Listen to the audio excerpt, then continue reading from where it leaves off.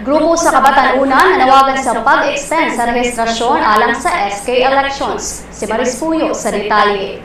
Hangyo sa Akbayan Youth sa Cebu nga extend ang voters registration alang sa SK election sunod tuig, posibleng i-deny. Kini mato ni Cebu City North District Election Officer Attorney Marshall Sarno.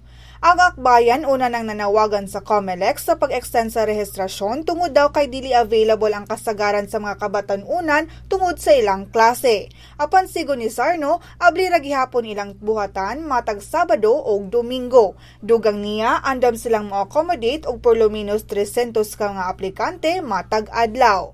Matod sab ni Carlo Cabitingan sa Cebu City Youth Development Council, doon na resolusyon nga gipasa alang sa pagmando sa Association of Barangay Councils nga mohatag og buses o sakyanan sa pagtransport sa mga kabatanunan gikan sa barangay ngadto sa buhatan sa COMELEC. Ang 9-day registration nagsugod niadtong September 20 ug mulanat hangtod sa September 29. Ang sagunian ng kabataan elections naglangkob sa mga kabatanunan nga nag-edad gikan sa 15 ngadto sa 17 anyos.